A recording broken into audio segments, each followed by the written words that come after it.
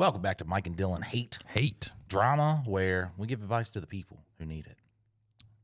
Listeners have been providing us with some juicy stories this week. We have two really big ones too, so that is optimal for us really stretching this thing out, because me and Dylan don't like to, when we dive in, we want to stretch it out. Mike and Dylan Hate Drama. So our first submission of the day is an update from Fat Thundercat. If you guys remember, Fat Thundercat husband cheated just a little bit, or a lot of bit, on various. Well, it was a roller coaster ride, because initially she was talking about him going off to work and blah, blah, and their relationship was safe, and then it took a turn sideways. Yeah, I found a lot of dating apps and stuff like that. It is a very tumultuous thing they have going on. That's a $5 word right there. Is it? Yeah. That's the word. It's the word of the day, bro. I feel like Pee Wee Herman, man. All I got to do is go jack off in a couple theaters, and it was an adult theater. That's what I'm saying, though. Like, is it just because he was a kid personality? And it was an adult theater. Like, isn't that what people do at those places? Are you allowed to beat your meat there? Well, I mean, at the bookstores and stuff, they have like rooms and glory holes and all kinds of crazy shit going on at the adult bookstores. I need someone who has ever been to a porn movie theater to tell me if there is a beat your meat clause there. It's like, don't get caught. Like, are y'all getting Dune popcorn buckets to go in there? Like Fleshlight popcorn buckets? Rub it above the pants. Yeah, above the pants. So before we get into this, I want to tell you guys about how you could get free labor llama. Free labor llama. For the month of May.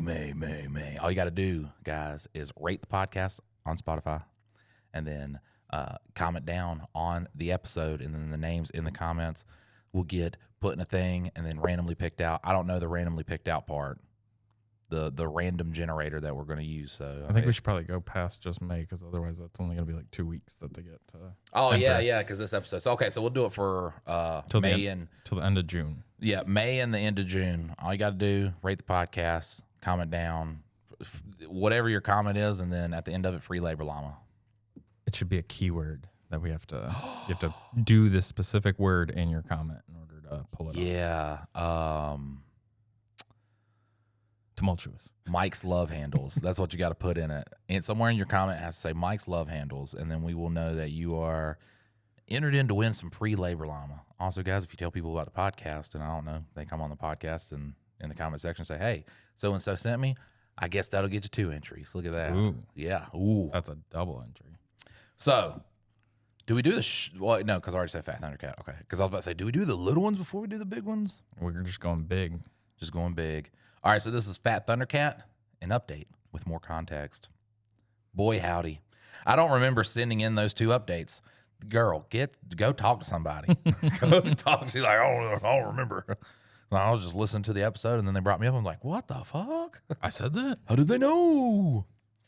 Oops. Also, I apologize, Mike. I wasn't taking shots to be an asshole towards you. I have much love and respect for both you and Dylan. I was definitely overthinking when I sent in the first submission. Also, I could put in a trigger warning, but I won't. I didn't get a warning when it happened to me. You don't get one now, nerds. Well, we don't want trigger warnings. I think trigger warnings are also called spoilers. Mm-hmm. Imagine if you were about to watch a movie and it was like, trigger warning, this involves death of a main character. Blah, blah, blah. And you're like, what the fuck? Like, I guess I don't have to watch it now. Whole bunch of good movies coming out right now. I do want to be a little bit of throw the ADHD in here. This is the Wild West. I get to start a submission and then go off on a tangent. But there's a hippo movie coming out. It looks real good. Evil Dead Burn or something like that. I think it's called Evil Dead Burn. That one's coming out. I like the trailer for that one. Me and my daughter watched it last night. She loves the Evil Dead, which if you're like, Mike, should you really be subjecting a 12-year-old girl to that? I subjected an 8-year-old girl to that one with the first Evil Dead movie, and she was like, this is my favorite movie ever. Yeah, I think my 14-year-old, when she was like 12, she's like, let's watch Terrifier. I was like, I don't think you should watch Terrifier. And she's like, we're going to watch Terrifier. I was like, okay, I'd never seen it. So we were watching it, and then they cut the woman in half, and I was like, whoa. Pussy first, yeah. This is a $35,000 movie. $35,000 movie. What the fuck is Mike and Dylan doing? Nothing. They're doing nothing. They're watching fucking Zach Krieger just kill it out there, and we're doing nothing.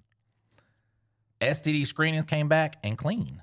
I'm also not pregnant. I did speak to a counselor before talking to him face to face. It helped me clear my head and calm my nervous system down. I'm going to schedule more sessions for the future. My husband told me at 8 a.m. Friday morning, the week everything happened, that he was going home for the weekend.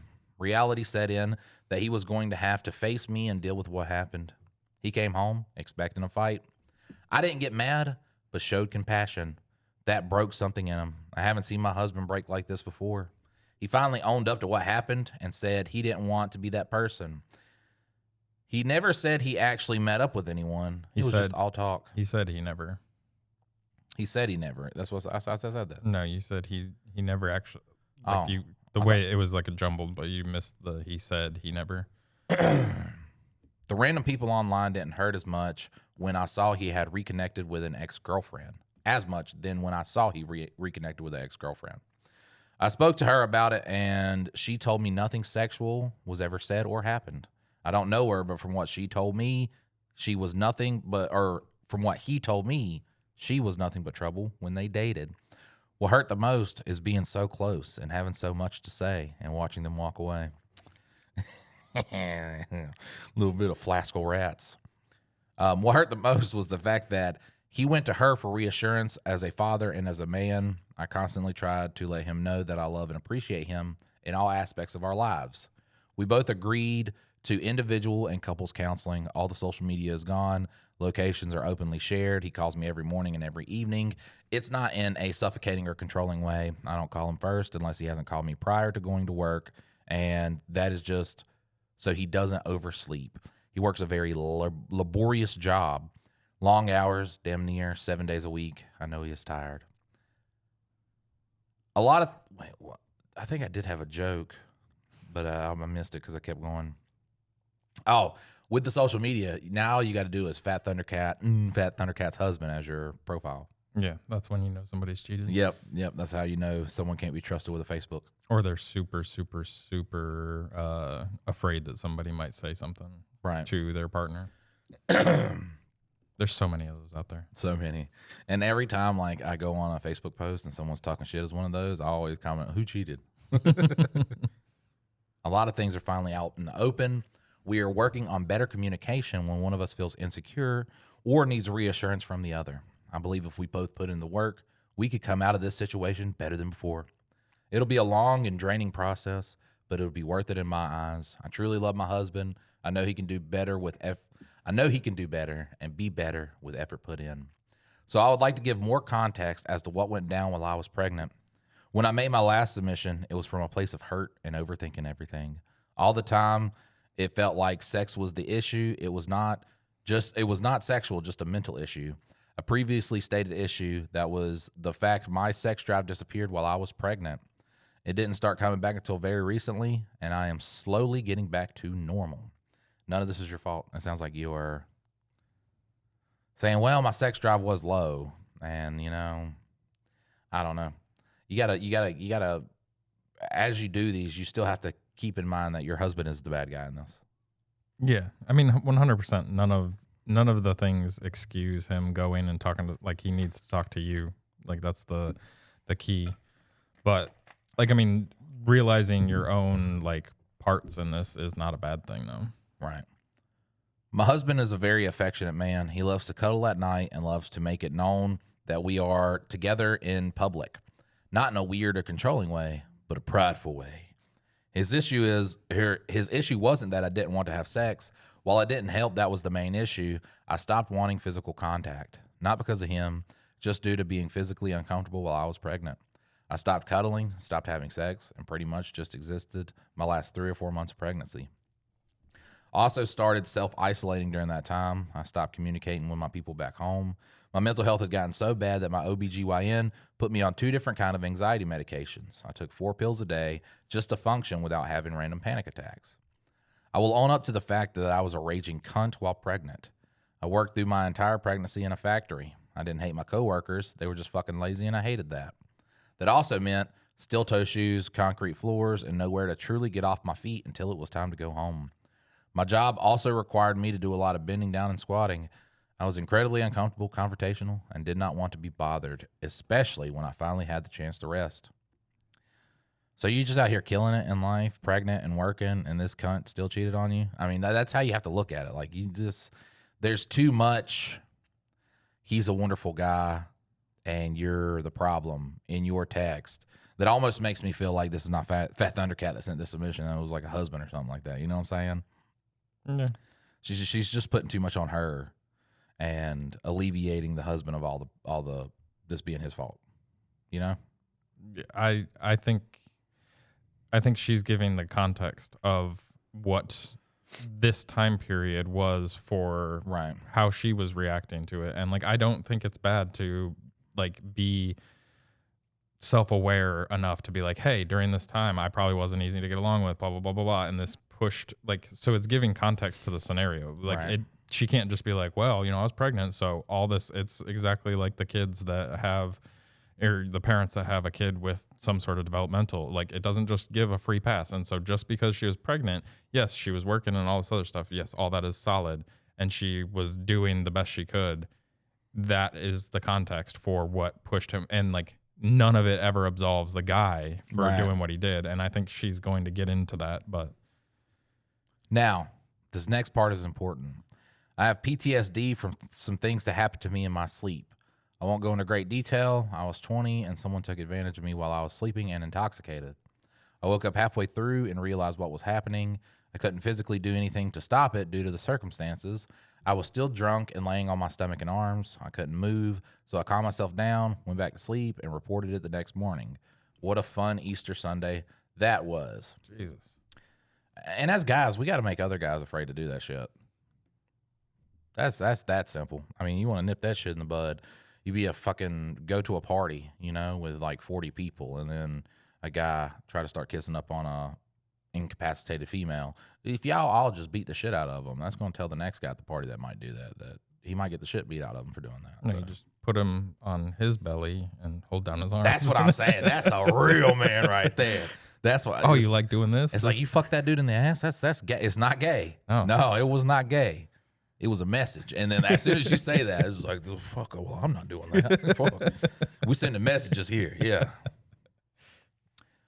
Towards the middle of my pregnancy, I broke 3 of my husband's ribs. It was not on purpose.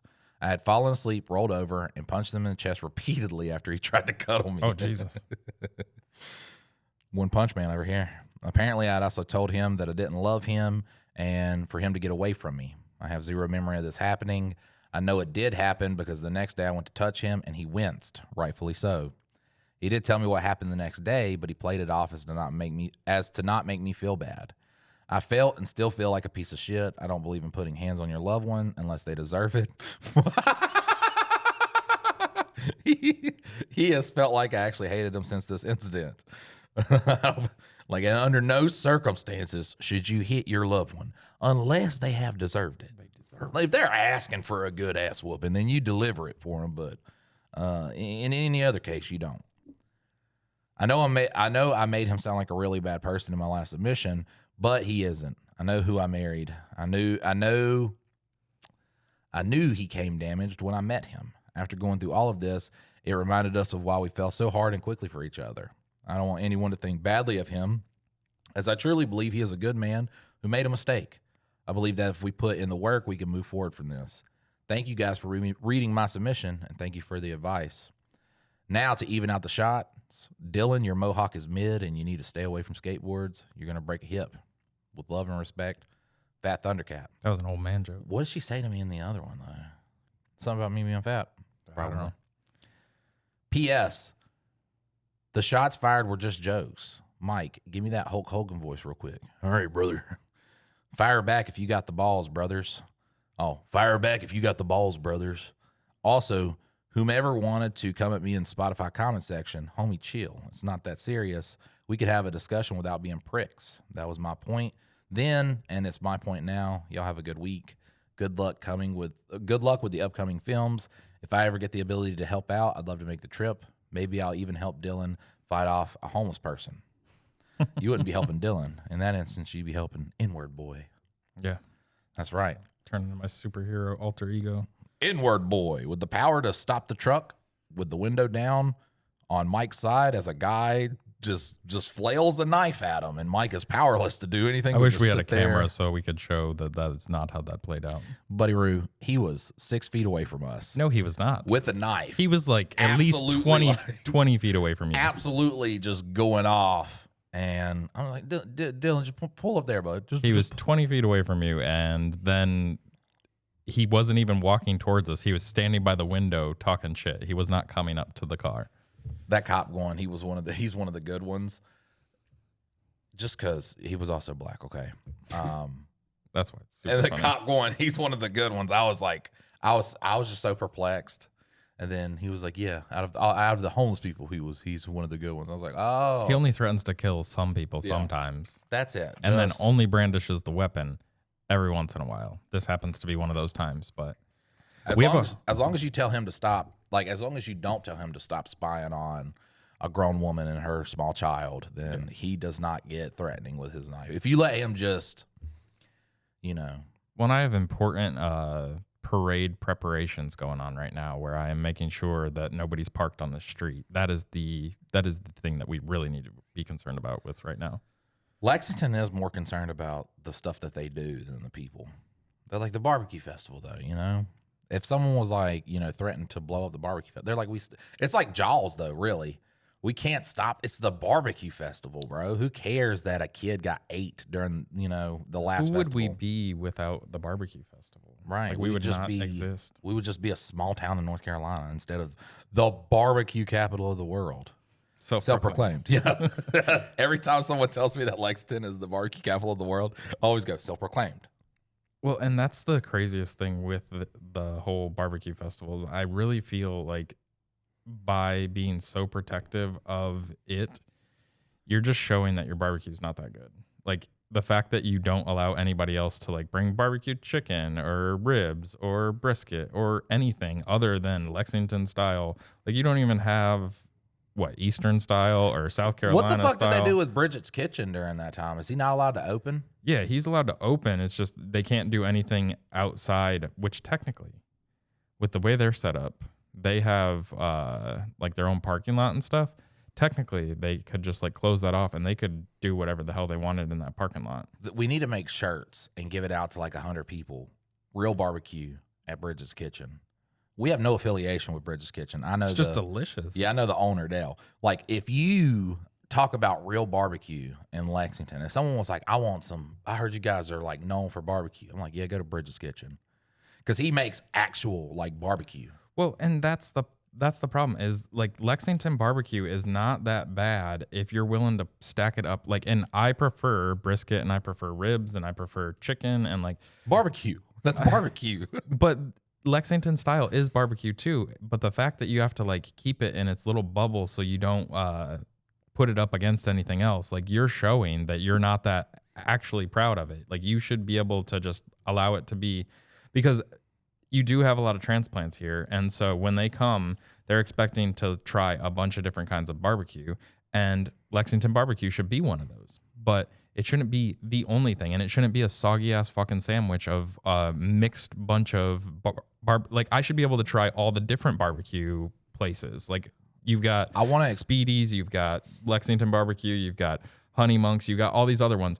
You should be stacking them up against each other to be like, well, I like Speedy's better. Well, I like this one better. And you should try multiple different kinds. That's what a festival is. It's not, okay, here's Lexington barbecue, and we've taken all the restaurants and mushed all their pork together, and now here's a Lexington barbecue sandwich. Big Barbecue just don't want Bridget to know, or don't want the people of Lexington to know that Bridget does it better than all of them, because he does like almost every kind of style, like Oklahoma style, Texas style. Like he does barbecue, and he barbecues, where Lexington barbecue is literally the pulled pork that is, I'm sorry, flavorless. Until you put the dip on it, and they call it dip, until you put that on there, it is just smoked meat, and I'm sorry, but you can only get so much flavor from smoking meat. You don't get a ton of flavor. Right. You if you took a bite of Lexington barbecue with no sauce on it at all, you'd be like, "Fuck, I think I got COVID, babe." Like I can't flavorless. I can't taste a thing.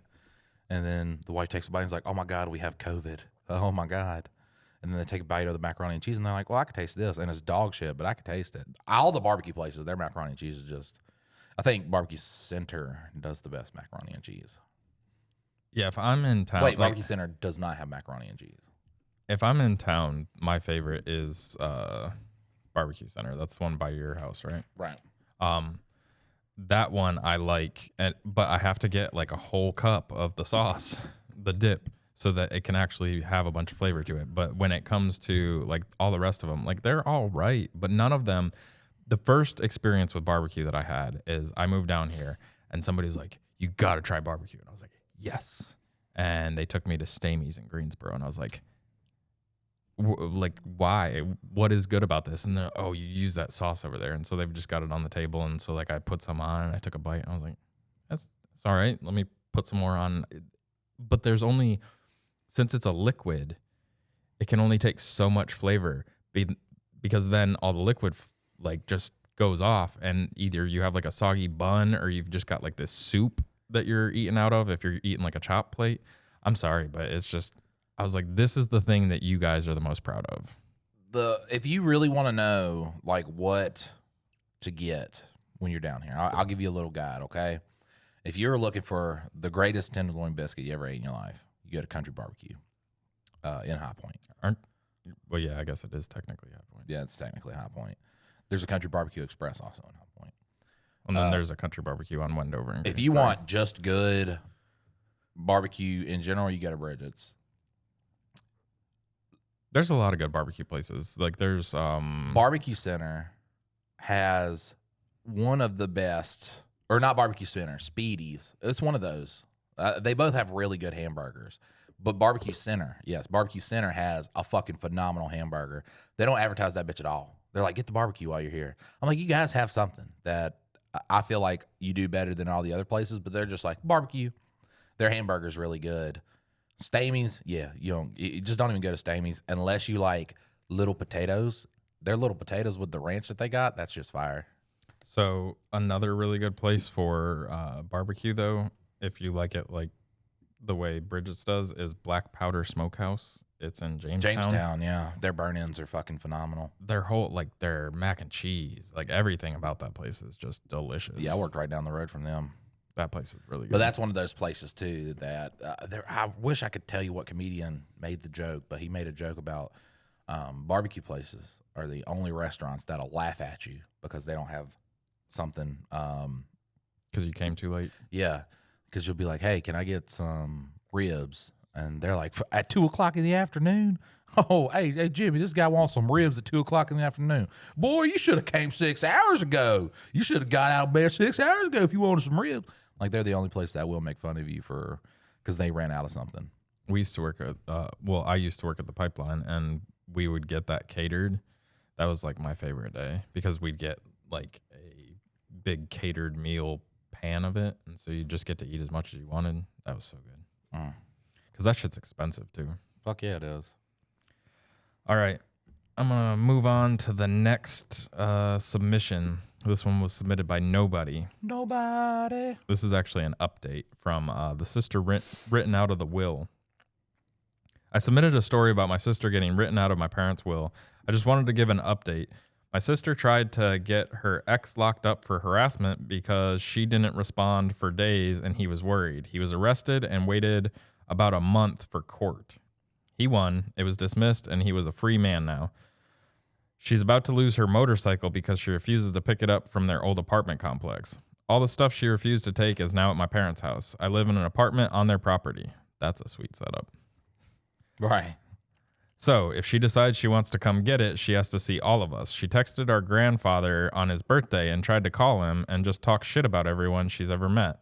They are supposed to meet on May 13th, but she hasn't texted him again. This isn't the most interesting update at all, but I needed to type this out to someone. Well, thank you for submitting it to us. I'm sad the podcast isn't almost every day now, but I love the longer episodes. I don't remember that story at all. Yeah, I think it was her sister was kind of like aggressive towards her and like something about politics came up and then it kind of went sideways and So her parents had it out with them, and then they just kind of wrote her out of the will. So we are currently in the process of starting our film podcast, and a couple of the movies that we got are like, so we have like different days. I got it right here. Some of the days that we have, because I was the only one taking notes during that. Only one person needs to take notes. But so we're doing movies like we went and got a bunch of bargain bin movies. We're doing, some on new releases, nostalgia, Tubi movies. Okay, and so could I ask you guys if you could put down where you have seen bargain movies? Because me and Mike both remember them from Walmart. They used to just have bins. And then I remember them at other like dollar stores and stuff like that. Them motherfuckers laughed at us like that shit never existed. Yeah, and we went to Walmart first. There was nothing. There was like a $5 rack, and they were all like high budget movies for $5. Well-known movies, yeah. And then we went to a bargain bin place where they have like Amazon returns. There was not a singular movie. I would have been so excited to just get that one movie. There's just one that nobody's picked up for months, and it's just sat in that bargain bin, and we got to get it, but there wasn't. And then we went to Rose's, no movies at all. And then we went to Dollar General, and they had a pretty good stack of, but once we fish that pond, we will not have any more to fish. No, the first movie that we're doing, and it kind of sets up a thing for the podcast going forward. The first episode that we're doing is on War of the Worlds. Yeah, because it's one of the best. Yeah, a lot of the terrible movies that we're going to watch, we're going to like, is it better than War of the Worlds?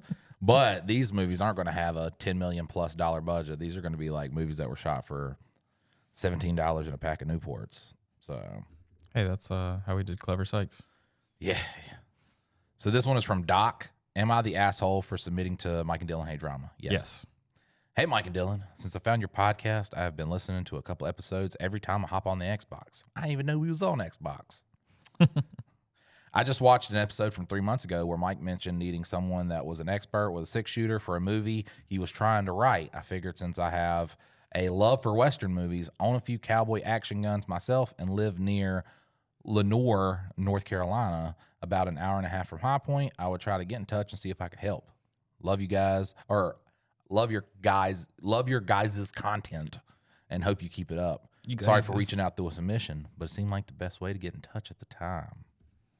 Well, just hit us up with a way to hit you back up.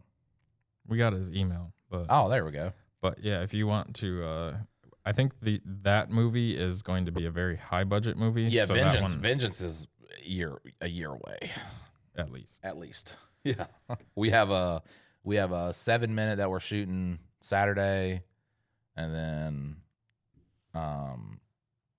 we have the 48-hour film festival coming up in 3 weeks, and then we have a 15-minute one around that time that we're gonna shoot.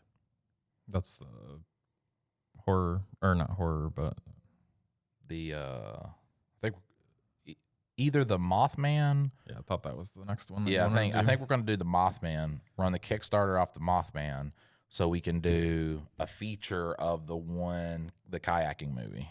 Yeah, it's kind of like Without a Paddle, except for I die in the movie, and that's not a spoiler alert. That's what the movie's about. That's what the movie's about. I die. My friend has a mental break during the thing, and then I help him. I help guide him. It'll be a pretty decent little flick. Yeah, that one's a funny one.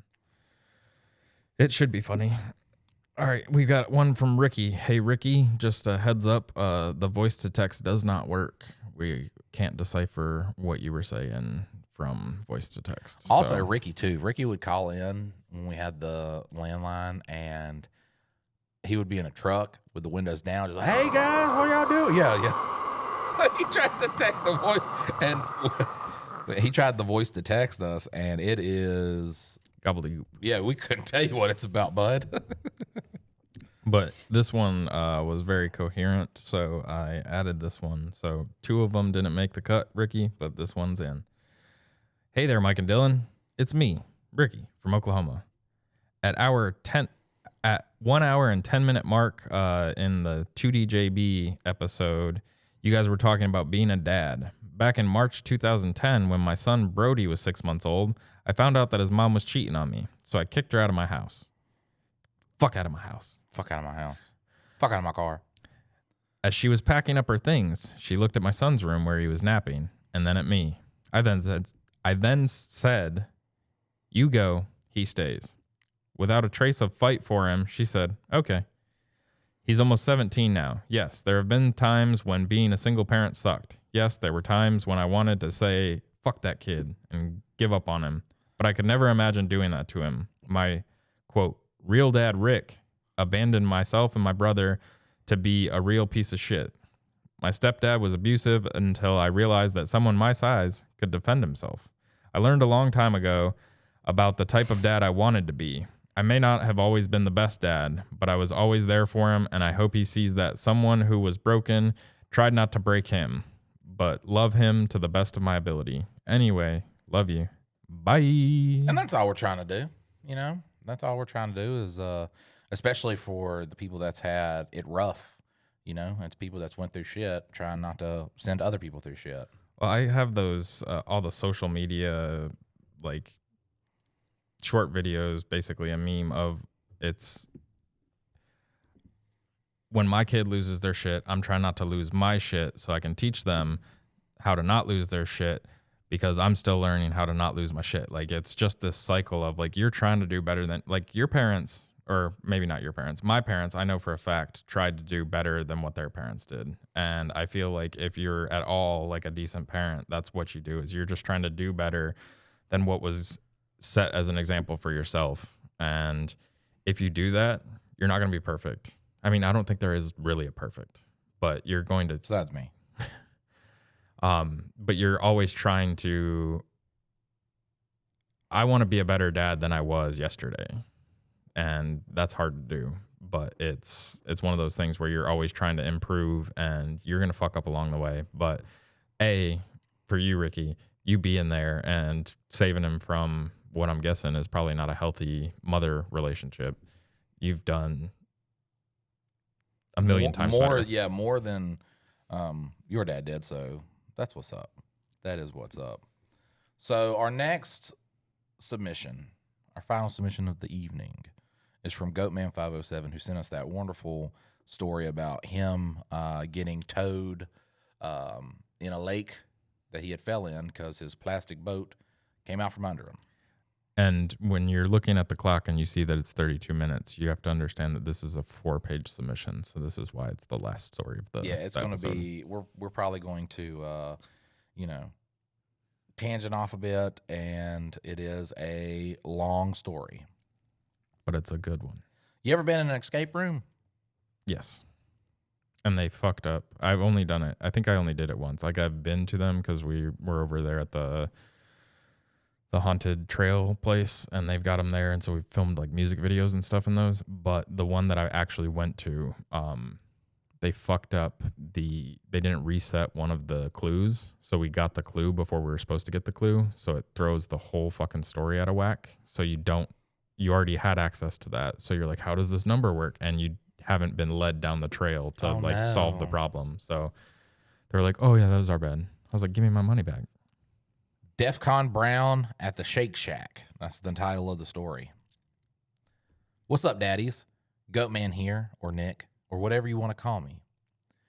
Back with another story from the vault. I was absolutely geeking out when I heard y'all read my boat story over the radio on my drive to work, and everyone at work was cracking up. I've got another doozy for you, and as long as y'all keep enjoying them, I'll keep sending them. So this happened years ago, back when I first started dating my wife. We had only been together for about 6 months, which is a very delicate time in a relationship. That's when you just always beating cheeks too, man.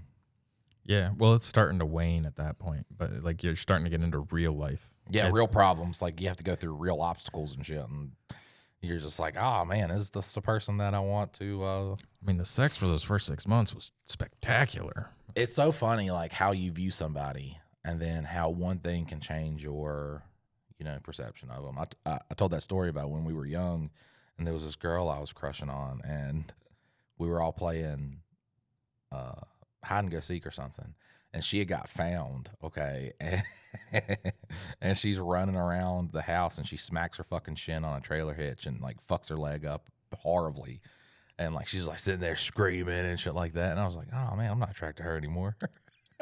You feel pain? That's gross. Right. It's just that was not the light I wanted to see her in. I thought you were gonna say that she like waffle stomped a turd down a shower drain. No. What's so funny too is that earlier that day though, while we were fucking playing and shit, dude, we were like running, and I ran. I think I've told this on the podcast, but I was running inside of the trailer and I tripped right at the front door, and like I bent backwards coming in because there's like a wall as soon as the door comes, and I bent backwards and it fucking winded the fuck out of me. So it was like so I, not wanting to like ruin my mystical aura, your street cred. Yeah, I didn't want to lose my mysteriousness. I just like was holding it.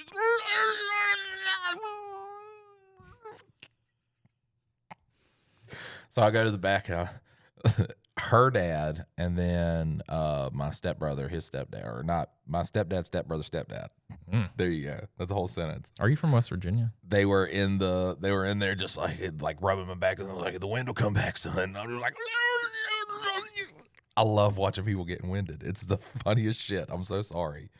Oh fuck. I watched one where a guy was like hanging on this nail with a hammer, and it comes out, and he smacks himself in the face with the hammer. Jesus. Hits the ground on his back. When he hits the ground, he smacks himself in the face with the hammer again.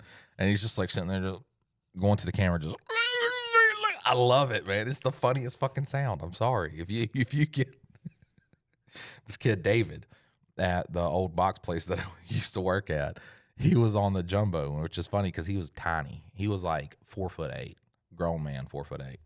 And he's on a machine called a jumbo. It's huge.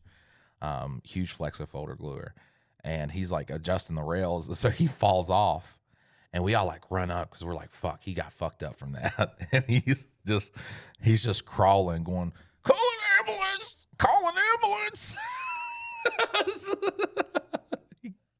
Oh fuck. I'm sorry. I've seen a lot of people get winded. I have. It's the greatest thing ever, man. That shit used to happen all the time when I was a kid. All the time. Ain't happening a while, I can say that. Well, back to Fat Thundercat's skateboard joke with me, is that's what happened to me up on Main Street. And I think that's when my wife finally understood what getting the wind knocked out of you was, because anytime anybody fall, like the kids fall. Did you get the wind knocked out of you? Oh, fuck yeah. Oh, yeah. I wish I could have seen it.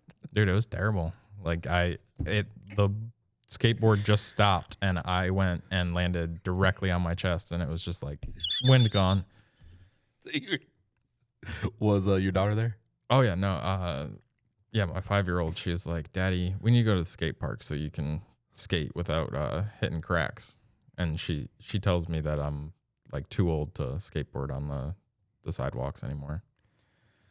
Even though you know that you're winded, were you still scared? Mm-mm. You weren't like, you just like, I'll get it back in a second. Nah, yeah. Did you make any? No, you just held it in. No, but my wife kept trying to talk to me, and I was like, stop fucking talking worst, to me, dude. Like when you get fucked up, and they're just like, well, what does it feel like? What does it feel like you hurt? I'll talk to you in 10 minutes, like when everything's back to normal. What are you trying to tell me? 1-5? What does that mean? 1-5? 15? 15 what? You got 15 minutes to live in left? Like, no. Shut the fuck up. God, when I fell through the laundry room floor, man, and I'm just like, my whole leg's fucked up, and I'm just like, I pull it out, and I got the scrape and the big ass bruise down, and it just hurts real bad. And then my wife comes in, and she's just like, what happened? You see the hole in the floor? See the hole? Do you I see scraped my the leg? Yeah. 1 + 1 = 2. You can figure that one out. Right. Well, actually, something just popped out of that hole and punched me in the leg. That's what happened. God. Oh God! Remember when I went skateboarding and fucked up my arm? Mm-hmm. That shit sucked. How is your arm? Is it good now? Yeah, it's better. Wrist, so like thumb and all that works. It's not popping out anymore. No, I fucking forgot about it, dude. Oh fuck! I guess it's good now. Yeah, fuck yeah. I ain't thought about that in a couple weeks. Nice. Yeah, I'm moving my thumb. Everything's good. Dude, that shit was fucked up for a year. Well, it took like it actually popping before it healed itself. And right? that hurt like a goddamn motherfucker. Well, you had like a bruise down your arm because of where the tendon just let loose. Yeah. And then, like, if I'd open my hand up, my thumb would just lock in behind my wrist. And I was just like, man, I feel like everything will, come back to normal eventually. That's what I'm hoping with my shoulder. But so far, it's not. Time heals all wounds except AIDS. 6 months is that weird stage where you're comfortable enough to be yourself, but not comfortable enough to become a medical emergency in front of her entire family. You're still trying to be impressive. That's what I'm saying. Yeah, that's what I'm talking about. You're still trying to have that aura. You're still trying to say things like, yes, ma'am, and pretending you don't eat shredded cheese straight from the bag at 1 a.m. You're trying to prove to her family that you're a solid choice. And unfortunately for me, my stomach decided that day was the day to hold a congressional hearing. I feel like I got to tell his stories like this. So it was my girlfriend's mom's birthday weekend. Rest her soul, she was an amazing woman. She loved puzzles, board games, crafts, anything creative. If there was a mystery to solve or a glue gun nearby, she was having a great time. I used to tell a joke like that in one of my stand-ups about my mom loving those little puzzle games on like the computer. That's all she'd play, man. From the time she woke up till the time she went to bed, she would play like I Spy clue games and how to find stuff and how to solve mysteries and shit like that. And it took her like 2 solid years to find out my stepdad was a crackhead. Right, like you should be able to. You're good at spotting all these fucking clues, but you couldn't point that one out. See, it's wild because my mom, she's like the craft side of that thing too, where when her and my dad are sitting in their bedroom watching TV, she literally has all the stuff to make like bracelets, keychains, necklaces, earrings, like all this stuff. And so while they're sitting there watching TV, she's just sitting there making stuff all the time. That's fucking adorable, dude. And she sells it up at my wife's shop, and it sells out like crazy. It's also, they sell it dirt cheap, but she's constantly making. But that's what she does. Like if she sits down for like 5 minutes, she has to get back up, and she's like, if I sit down too long, I'm gonna fall asleep. So let me go do something. That's how my mom is. You could never talk about any kind of struggle, man. You grew up double wide on the lake.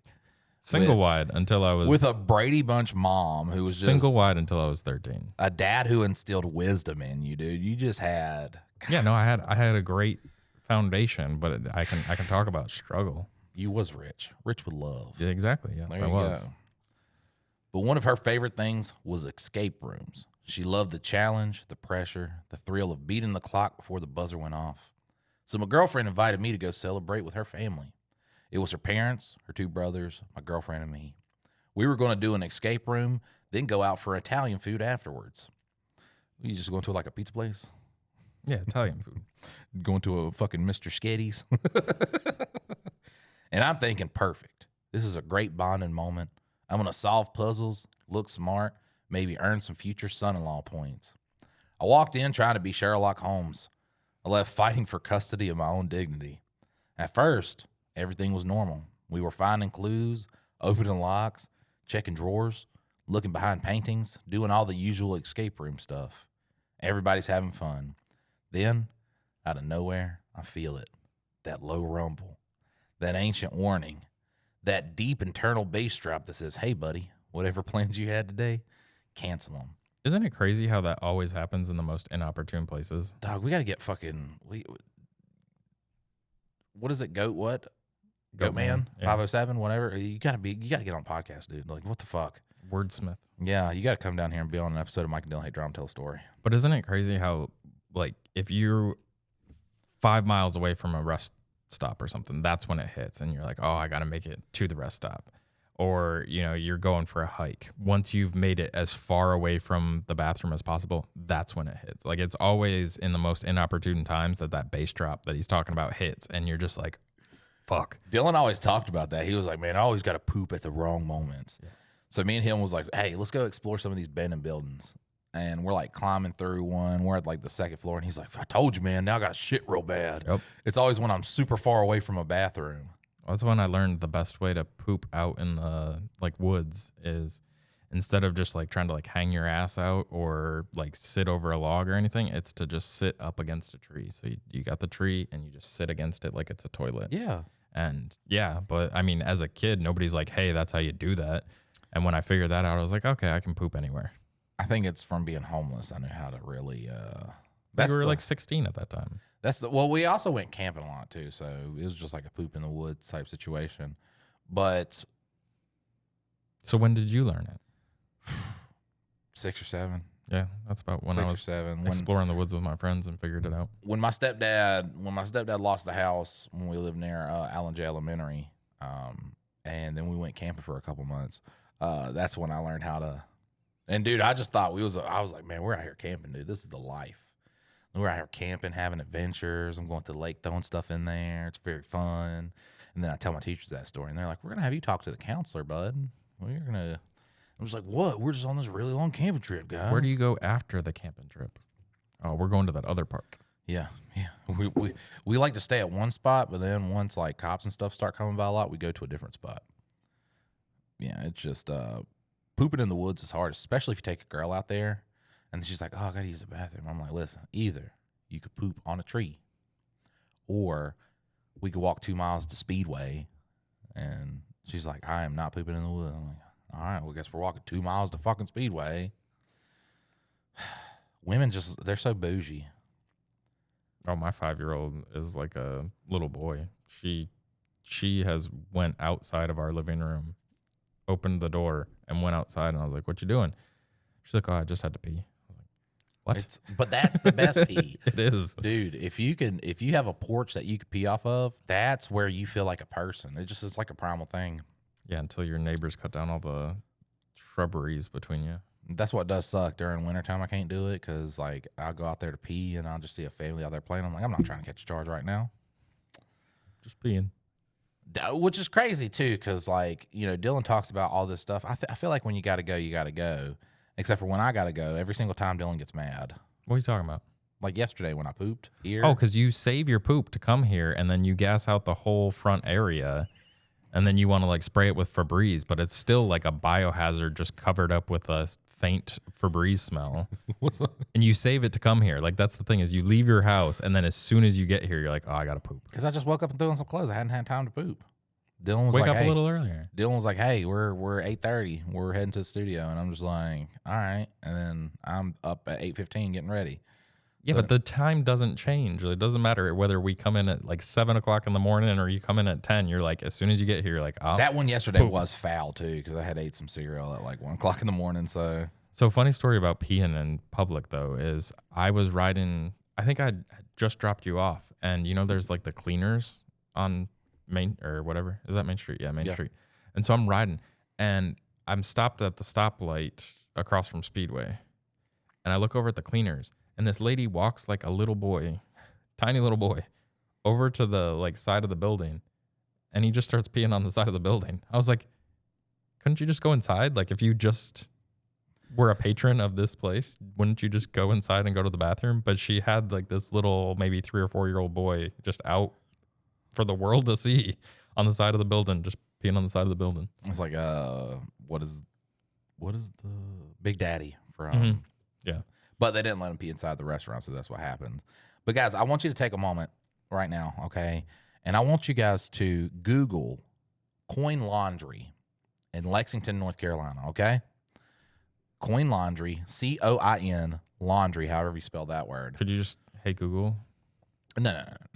I'm telling them, I'm giving them step-by-step instructions. If you're listening to this podcast, do it right now. And then when it pops up with coin laundry, it's going to say it in Lexington, North Carolina. I want you to click on website, okay? And look at the website that they have set up for that. It's a beautiful website. It is a beautiful website. I'm going to get back to the story now. At first, I tried to ignore it. I'm like, nope, not today, not here, not during a family birthday event. We are adults. We are in control. My stomach responded, that's adorable. And suddenly I knew I had to poop. Not a casual poop, not a I'll go when we get to the restaurant poop. This was Defcon Brown. This was a system failure. This was the kind of stomach pain where your face gets serious for no reason and everyone starts to ask, are you okay? And you have to lie through your teeth like, yeah, just thinking about the puzzle. No, I wasn't. I was doing math. I was calculating distance, pressure, time remaining, and how much denim could realistically be trusted under combat conditions. But I'm 6 months into this relationship. I can't look at this sweet birthday group and say, hey, everyone, I know we're trying to escape this room, but I am currently trying to prevent a local disaster. So I keep going. And of course, because God has a sense of humor, this was not a normal escape room. No, it wasn't. It was one of those extra involved escape rooms where you had to crawl through tunnels and little passageways to find clues. And guess who got chosen for tunnel duty? Me. Not tunnel duty. But imagine someone being behind them and just in the tunnel. Oh, no, it's about to go. Yeah. So I'm just going to, quick update. If you did look at the Coin Laundry website, it's porn. My wife was like, I want to wash all the jackets and stuff and blankets that I have in the closet. So she was like, which one do you think is the best one? I was like, I don't know. Look at the websites. They probably have something on the websites. And then I hear her from the living room go, babe, come here. And she was like, look, Coin Laundry. And then she clicked on the website and it just went to porn. Maybe it was like a disgruntled employee or something, because it's so wild that would be the website that you'd put in your Google listing. And it's crazy that Google hasn't been like, no, that's not your website. What's crazier, too, is that there's reviews from like a year ago that say, hey, do you know your website goes to porn? I like that they're like 5 stars too. Yeah. Hey, but just going to let you know, thank you, firstly. But secondly, your website goes to porn. I was going to do some laundry, but now I am just going to chill. Yeah. Now I'm going to beat my meat. Because I was one of the younger ones, so apparently that made me official family ferret. Now I'm crawling through these tiny tunnels, trying to grab clues, unlock boxes, and be helpful, while my stomach is making noises like an old haunted house settling in a thunderstorm. Every movement was dangerous. Every bend was a gamble. Every crawl was me whispering internally, not here, not now, not in the birthday tunnel. I am army crawling through this thing like I'm in a war movie, except the enemy is inside of me. Everyone is yelling, did you find anything? And I'm like, yeah, fear. I found fear.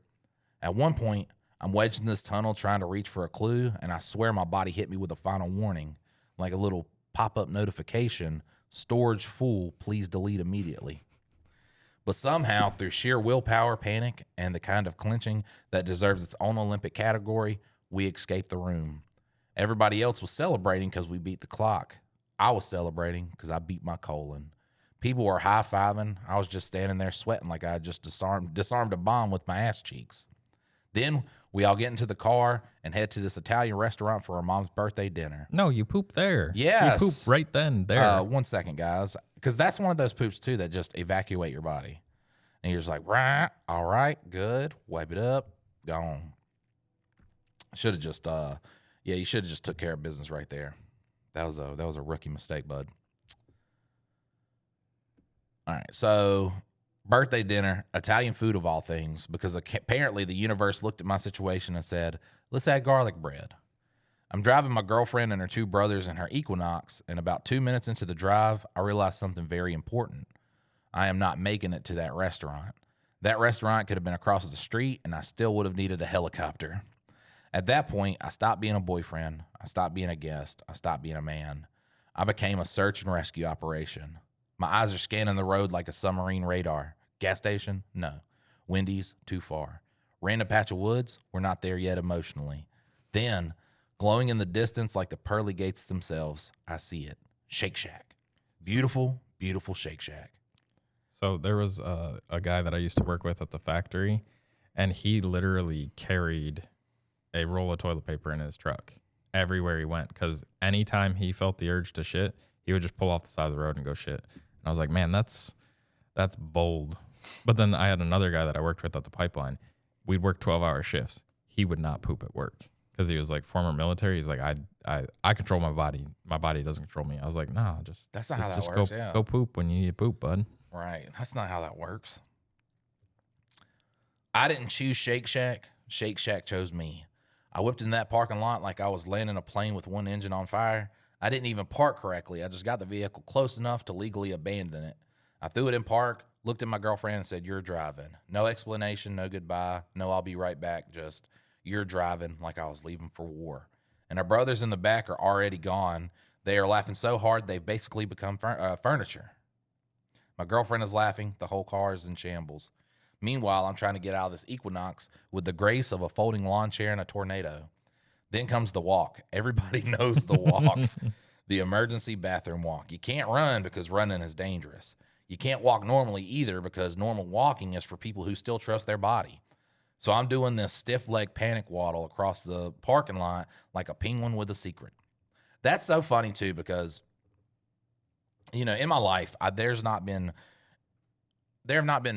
a lot of moments where there was a woman in my life that I really valued and shit like that. But when me and Amy, I think it was, it was just right after our birthdays that we had got together for the first time. So this is towards Thanksgiving, and she was like, hey, why don't you come down and stay with me during this break or whatever. So I was like, okay, yeah, sure. Fucking whatever. You got a house, I don't, you know what I'm saying? Better than sleeping at whatever friend's house. Or at this point, my brother was staying over at my dad's, so I just lay on the fucking porch that was covered with a mosquito net, which sucked dick. So I was like, fuck yeah. So the first night I was there, it was right after Thanksgiving, and I'm laying in that bed, and just so many farts would just be there, and I'd be holding my stomach. No, can't fart in front of her. She's sleeping too, and I was like, you could tell the farts that stink versus the farts that are just a bunch of gas. This was just a bunch of gas. So then what I would try to do is I'd try to reach one hand back and spread open my butt cheek and just kind of quiet it down. Silence it. Just kind of let some of the pressure out. And then eventually I'd be like, I'm going to go smoke. And I'd just be on the front porch.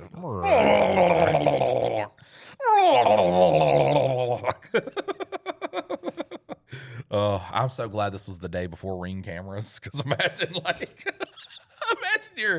you met this girl and you fancy her a lot. And then she's like, oh, I got to go out on the front porch and talk to my mom.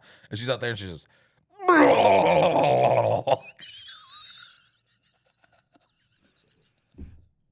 Ring detects an intruder at the door, and then she just looks back at it. Okay, so back to the story. I'm doing this stiff leg panic waddle across the parking lot like a penguin with a secret. Arms tight, eyes forward, spirit broken. I get inside Shake Shack. Now I have to act normal for 3 whole seconds in public, which felt impossible. There's people ordering burgers, living their little lives, completely unaware that a man has entered the building carrying a natural disaster. I find the bathroom, open the door like I'm entering the final boss arena, and then I survived. That's all I'm legally comfortable saying. I survived. But I'll tell you this, that bathroom and I went through something together. We formed a bond. I don't know who designed that plumbing, but they deserve a raise, a medal, and maybe a handwritten apology. The things that happened in that room were between me, God, and whatever poor Shake Shack employee had to make eye contact with me afterwards. There were no winners. Only survivors. I feel like you needed to buy a burger because you right damaged their plumbing. But the worst part is when you get to that point, you walk into the bathroom and you know that you're about to go, but then there's one handicap stall and somebody's already in there, and you're like, fuck, I didn't plan for this. I've got to sit here and try to hold this in for just a few more minutes while awkwardly I'm just waiting for this person to wipe their ass and get out. And they're probably awkwardly waiting for me to just get the fuck out of there. But then now that you're standing in there silently, they're like, oh, he has to poop too. That's the worst too, that when you're taking a shit and someone's standing out there and you're like, now I got to cross this person. They got to walk into my fumes. And the worst part is when you go to use the bathroom in public. I do not like doing that. I'll tell you that right now. But when you go to use the bathroom in public and the toilet seat's warm, and it's like touching ass to ass with the last man that just sat on that thing. That's why I don't like heated seats. I do not like heated seats in cars because that's what it reminds me of. And I guess it's a weird quirk that I have, but I don't like a warm I like seat. The coolness of the glass because that's I'm the first one breaking this in a minute. So, but when you sit on that bitch and it's just toasty and you're just somebody just pooped here. Somebody just used this thing. When it was over, I sat there for a second like a man at the end of a disaster movie, just staring forward, breathing, reconsidering every life choice that led me to that moment. I walked out of that bathroom humbled, not refreshed, humbled. I came back outside a changed man. A guy who entered the Shake Shack was trying to impress his girlfriend's family. The guy who left the Shake Shack had seen the edge of civilization. Eventually, we made it to the Italian restaurant, late of course, and when her family asked, what happened? Why are you guys late? My girlfriend, the love of my life, my now wife, the woman I trusted, immediately told the whole story. Good. She didn't protect me for 1 second. She threw me under the bus, backed it up, and gave everybody directions to the tire tracks. So now I'm just sitting here at this nice birthday dinner, still in the getting to know the family phase, while everyone is laughing about how I nearly lost a hostage negotiation with my own digestive system inside of a Shake Shack. And all I could do was sit there and laugh, because what was I supposed to do? Deny it? No, you must be thinking of another man who sprinted into the Shake Shack like he owed the bathroom money. But thankfully, her family thought it was hilarious. Nobody made it weird. They laughed, I laughed, and somehow, despite all of that, I still got invited back. And now, almost 10 years later, we're married, and we still talk about that day. The birthday escape room, the Italian dinner, the Shake Shack incident, the day I learned sometimes the room you're trying to escape is yourself. Well, that's deep right there. Hope you got a chuckle out of this one. Sending virtual mouth kisses and reach arounds your way. Love you, bye. Only the real ones count. I'm telling you what, man, when we get a submission from Goat, man, I get happy. Brother is a fucking, I don't know what you do in life, dude, but you're doing the wrong thing, because writing should be your fucking passion. I think the wild thing, though, is you should have told the family while you were in the escape room, like, hey, I got to go poop. Yeah, hey, I got to take a shit. Own up to it. You went through a battle that there's a book that you read to kids, and it's everybody poops. And so if I'm in that escape room and I feel that battle start, and I get that you're like in a new relationship, but I would be like, I got to poop. Hey, camera person, hey, can you let me out so I can go poop and then I can come right back? Hey, people, no way am I bad. But also, I guess that is me at being almost 40. I'm not going to hold back on needing to poop. If I got to poop, I'm going to go do it. There was this girl that my friend used to date, and he went over to her house, and they had like kind of sex where he didn't really know what he was doing. And she was like, Speeder. Huh? I remember my first speeder. Right. Yeah. So he's on the bus telling me about it, and he was like, yeah, dude, like her house is real nasty and shit like that, and like talking all this shit. So he had broke up with her immediately after he had sex with her. So her, knowing that we're friends, she was like, hey, come over to my house today. So I knew what that meant, you know what I'm saying? And I'm like, oh, that's easy. You know what I'm saying? That's a good. I go over to the house, and it's like an old Victorian looking house. It's just dirty. Yeah. You know what I'm saying? It's not dirty. It's just dusty. Like it's an old house. Yeah. Like nothing about it was like, I'm like, man, my boy doesn't need to know how my house looks, because it's actually nasty. This thing is nice. This thing is fucking, are you rich? So we go to her room, and we're on the bed kissing and everything like that. And of course I was like, yeah, she wants me to come over. And he's like, yeah, do your thing, bud. You know, I broke up with, I don't care. So, you know, you got to be cool like that. But we're sitting on the bed, and her stomach just, she's like, oh, I got to go take a shit real quick. And that was like, that sent me back a little bit. Well, yeah, that's a first like time at it. Like, and I think maybe in this day and age, like now that you're older, you'd probably be like, all right, can you wash up afterwards or whatever? But like when you're a kid, that's like a big thing. But well, her room was connected to her bath. Yeah. So I heard the plop, plop, plop, plop. And then she came out real quick. And I'm like, I really hoped you wiped. Like, God bless America. Wiped and washed if we're about to get dirty. Well, you got to think I'm like 15 at this point. So. Yeah. Have you ever had the friend, though, that was like, yeah, go for it. And then you go for it. And then they're like, I didn't mean it. It's like, why'd you say it then? Yeah. Because she had approached me with the thing. And I came back. We were at the gym playing volleyball. This dude owed me so much stuff. It was the one that I think I've told the stories where I kept constantly getting into fights over him too, because we were playing volleyball, and like these two Mexican guys wanted to play with us, which is, you know, whatever. But they didn't ask, and they just kind of interjected themselves. And he was like, he was so fucking racist, dude. But he was the good kind of racist.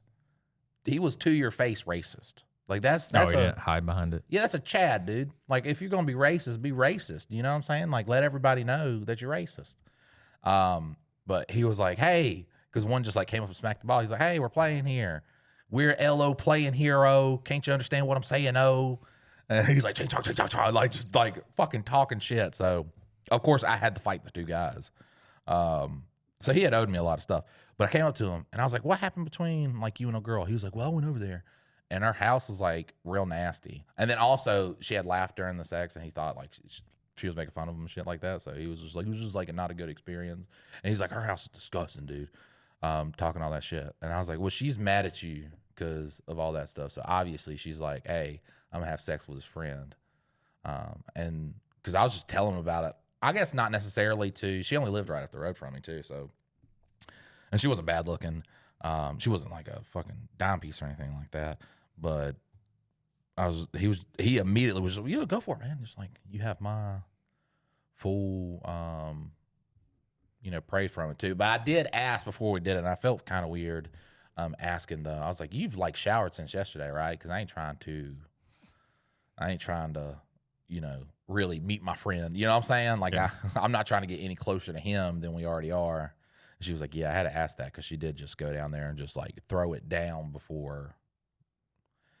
See, I had this one buddy, he was dating this girl and they broke up and she had showed interest in me. And I was like, hey, what about her? And he's like, yeah, go for it. Cause he thought that she was like head over heels for him. So like they were just on a break and she wasn't going to go anywhere. And we ended up at like some place together and we started hooking up. And then like a couple days later, I met up with my buddy. He's like, what the fuck, dude? And I was like, you said it was cool. Like you said that you were cool with that. All right, I guess I won't go for it again, but you cleared it.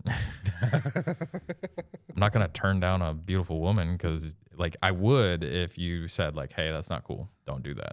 I would have just been like, all right, she's off the table. But you said good to go, and then she showed interest. So I was like, yeah, sure, let's go for it. Man, look, sometimes, I don't know. Like, I like my life now. I like being a dad and stuff like that. But when you were young, it's so fun being young because you would just be in situations where the whole day would change, and you just be like, what happened? In an instant. In an instant. Hey, let's go to this place. All right. Totally new story. I go to hang out at my brother's house because he had just like beat a dude almost to death with a pool cue out of self-defense. Like everybody knew it was self-defense. And my brother's got one arm. So even the cops were like, well, I mean, we still had to charge you because you took it pretty bad. Like we can't, because they couldn't talk to him either because he was unconscious. But like we're down there and like he's all fucked up about it and shit like that. And my brothers had a friend over and that friend had a sister that was my age. And we're like sitting there and I forgot what my brother was watching, but it was like this lady. And then it shifted because he was like, watch this, Mikey. And he like clicks the video and it starts off with like a very formal educational video, like a Bill Nye the Science Guy. And he was like, and if you want to get a load of science, get a load of this. And it immediately shoots to a girl shooting bananas out of her pussy. Oh, or Jesus. hot dog wieners out of her pussy. Yeah. Oh, Jesus.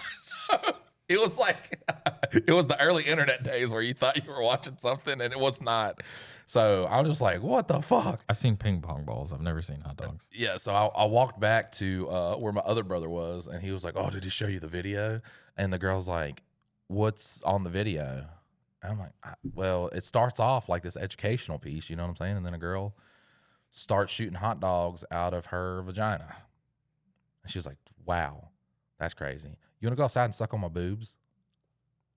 Yes. And what? Indubitably. Yes. I was like, fuck yeah. Like and that just don't happen anymore. Like if you're having a poo day, it just kind of stays like that. You know what I'm saying? It's just like kind of a cut and dry day. There's nothing that happens, especially when you get married too. Like when you get married, your wife's just never like, you want to suck on my boobs? Crazy you want to suck on my boobs? Yes. Never happened. Ladies, if your man's having an off day, you have the power to completely change that. All you really got to do is just pop out a titty, and we're just like, hey, this day wasn't that bad. I may have. But then you offer to let him suck on him. Then yeah, then I mean that's a story he's going to tell his friends. Guys, we love you so much. We'll see you next time. Later.